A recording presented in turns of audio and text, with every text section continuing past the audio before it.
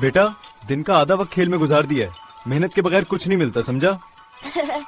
ابو ابھی یہ لیول ختم کر لوں بس. سن لے, کھیل کے ساتھ ساتھ زندگی بھی جیتنی ہے. ٹھیک.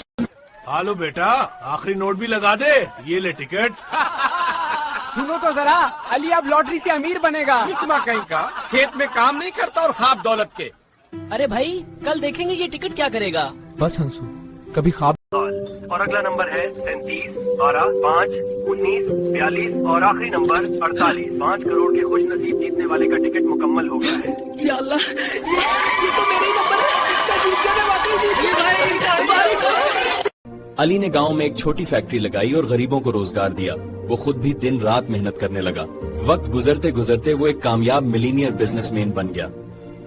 یہ علی ہماری مثال ہے. سچ ہے, اب پورا گاؤں اس پر فخر کرتا ہے.